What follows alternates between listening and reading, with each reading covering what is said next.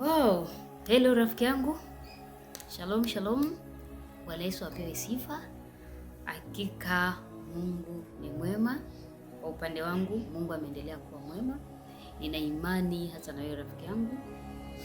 Mungu ameendelea kuwa mwema kabisa kabisa. Tumeendelea kuona wema wa Mungu, tumeendelea kuziona fadhili zake, tumeendelea kuona ukuu wake kwenye maisha yetu.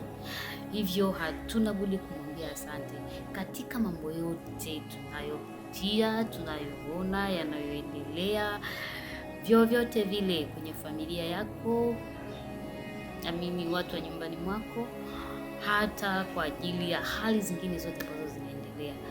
Bado Mungu ni mwema, bado Mungu ni mwaminifu kwa ajili ya maisha yangu, kwa ajili ya maisha yako. Haleluya, Bwana Yesu apewe sifa. Bado Mungu anatuwazia mema, Mungu anatuwazia mema sana sana rafiki yangu.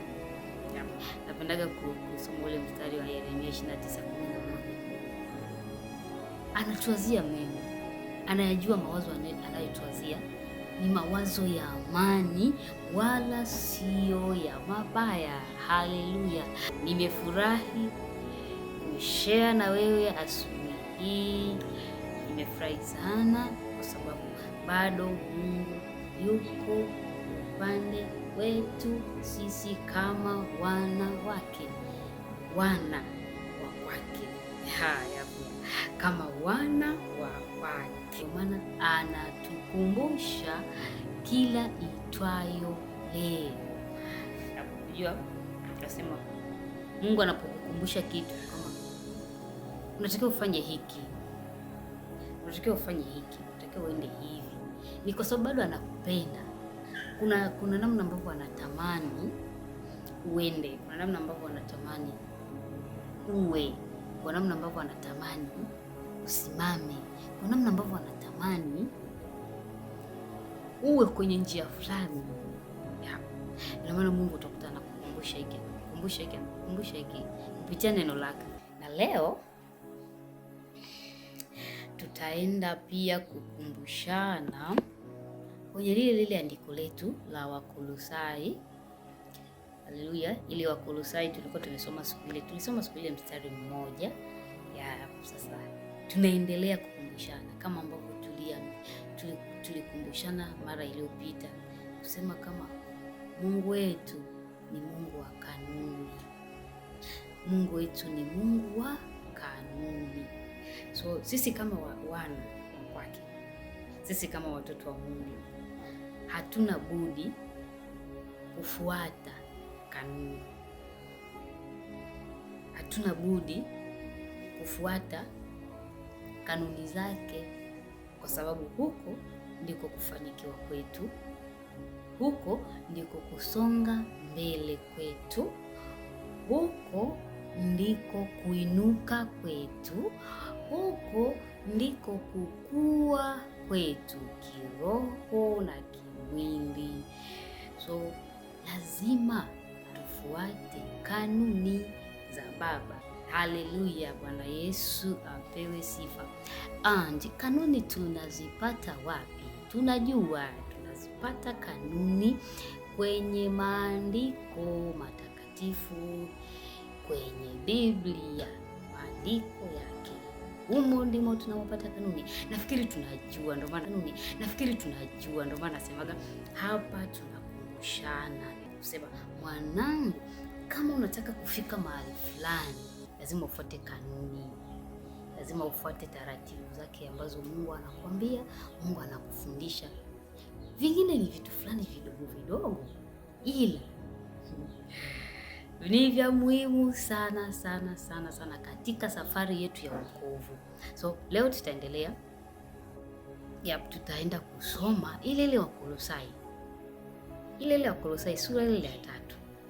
Nataka pale tusome ile mistari yote pale. Tutaenda hivi kidogo kidogo. Siku hiyo tulisoma mstari wa 23. Kadri Roho Mungu anavyotusaidia na kutupa neema. Na leo tutaenda kusoma mstari wa 12 na mstari wa 13. Pale tunazipata kanuni nyingine. tunapata kanuni nyingine. Bwana Yesu apewe sifa. Biblia inasema, neno linasema, basi kwa kuwa mmekuwa wateule wa Mungu, watakatifu wapendwao, jivikeni moyo wa rehema, utu wema, unyenyekevu. Kumbe unakupa unyenyekevu ipo. Haleluya, Bwana Yesu apewe sifa. Upole, uvumilivu. Mstari wa 13, mkichukuliana na kusameheana, mtu akiwa na sababu ya kumlaumu mwenzake, kama Bwana alivyowasamehe ninyi, vivyo hivyo na ninyi. Bwana Yesu asifiwe, rafiki yangu. Umesikia ili andiko hapa. Mungu anatukumbusha, na pia hizi ni moja ya kanuni za kutembea kwa hizo sisi kama watoto wake. Yes. Ukiangalia hapo kwenye hiyo mistari miwili, ukihesabu vitu ambavyo vimetajwa hapo ndani ambavyo sisi kama watoto wa Mungu tunapaswa kuwa navyo, kuna vitu tuseme viko 7. Yes. Viko vitu 7 kwenye hiyo mistari miwili ambavyo ni moja ya kanuni tunazopaswa kutembea nazo. Ni kanuni za kawaida kabisa ambazo kila siku zina apply kwenye maisha yetu ya kawaida, kwenye mazingira ya kawaida. Haleluya, Bwana Yesu apewe sifa. So anasema mstari wa 12, basi kwa kuwa mmekuwa wateule wa Mungu. Hivi unajua kama sisi ni wateule wa Mungu? Anasema watakatifu wapendwao. Watakatifu wapendwao, jivikeni moyo wa rehema. Tujivike moyo wa rehema. Alafu anasema utu wema. Hicho cha pili. Cha kwanza ni kujivika moyo wa rehema, cha pili ni utu wema, cha tatu unyenyekevu. Hivi vyote tunajivika. Jivike moyo wa rehema, jivike utu wema, jivike unyenyekevu, cha tatu, jivike upole, cha 4, jivike uvumilivu, cha 5. Alafu mstari wa 13 anasema mkichukuliana na kusameheana, mtu akiwa na sababu ya kumlaumu mwenzake, kama Bwana alivyowasamehe ninyi, vivyo hivyo. Kwa maana hapa kuna kusameheana. Mtu akiwa na sababu ya kumlaumu mwenzake, akumbuke kama hata yeye huwa anakosea na Mungu anamsamehe. Hivyo una sababu ya kumlaumu mwenzako na kushindwa kumsamehe, kwa sababu hata wewe, hata mimi ninamkosea Mungu, lakini ananisamehe. Hivi kama ingekuwa mimi Mungu ninapomkosea nisamehe, mimi ingelikuwaje mpaka sasa hivi? Lakini Mungu ananisamehe. Mungu ananisamehe. Na makosa yangu yote nikienda tu nikitubu, nakwambia Baba, nimekosa, nisamehe, nirehemu. Mungu ananisamehe. Kama wewe na mimi tu wa Kristo ambao tuko ndani ya kanisa, yatupaswa kufuata kanuni huyu Mungu. Tunatamani Mungu afuate. Tunatamani Mungu mtukie, Mungu nionekanie katika hili. Je, unafuata kanuni? Basi kama tunakuwa tunasahau muda mwingine, basi leo Mungu anatukumbusha tena, hatuna namna ya kufuata kanuni. Hatuna namna ya kufuata kanuni. Hatuna namna ya sisi kutokuwa wavumilivu katika katika mambo tunayoyafanya, tunayoyaomba. Hatuna namna ya sisi kuwa watu wa kusamehe, hatuna namna. Kumbuka wewe na mimi tunamkosea Mungu kila siku, kila saa, na tunaenda tunamwambia Baba, anatusamehe, tunaanza tena, tunaanza upya, tunaanza tena. Kwa nini wewe unashindwa kumsamehe rafiki yako? Kwa nini?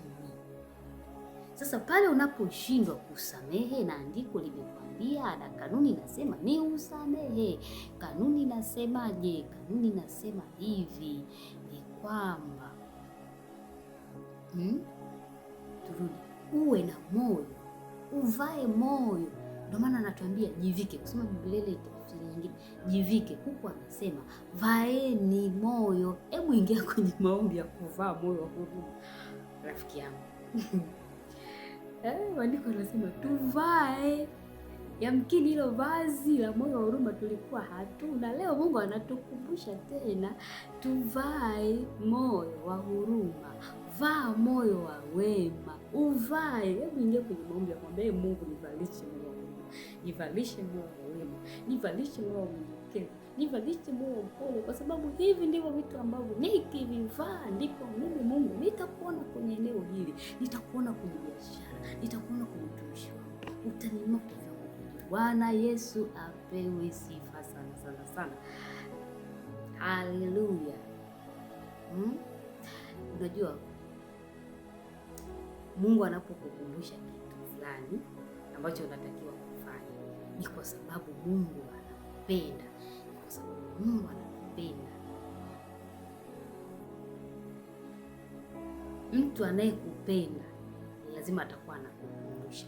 Yaani kama unakuwa unaenda nje ya njia ambayo unatakiwa kuenda, lazima akukumbushe. Ni kwa sababu mtu anakupenda, halafu anataka aone ukifanikiwa, anataka aone ukitembea kwenye viwango ambavyo yeye anataka utembee, yaani anataka aone ukibadilika. Bwana Yesu apewe sifa, rafiki yangu. So na hakika utaweza kuwa umeelewa. Hapo kuna kanuni 7. Yes, 7. Moyo wa huruma, tuvae moyo wa wema, tuvae moyo wa unyenyekevu, moyo wa upole na uvumilivu. Bwana Yesu asifiwe. Na uvumilivu, hakika Mungu ni mwema, na kuvumiliana na kusameheana. Haleluya, haleluya rafiki yangu. Ina hakika utakuwa hapa umepata kitu, utakuwa umepata kitu cha kukumbuka. Hata siku nyingine unaweza ukakaa ukatafakari mwenyewe peke yako, ukasoma sura nzima, ukianzia mstari wa kwanza, ukianzia huo mstari wa kwanza mpaka wa 25. Ukipata nafasi, umetulia, unasoma pole pole, mstari kwa mstari. Yaani sio kusoma kama ile story au unanyanyuka tu na andishi moja na mstari mmoja, hapana. Unapata muda kusoma mstari mdogo mdogo kama ambavyo tunafanya hapa. Siku tulisoma mstari ule wa 23, leo tumerudi mstari wa 12 na kuanza kwa msaada wa Mungu mwenyewe, kwa neema yake, kwa neema za Roho Mtakatifu tunakumbushana. So asante sana sana rafiki yangu, Mungu wangu. Amen, amen, amen, my friend. Hallelujah, hallelujah.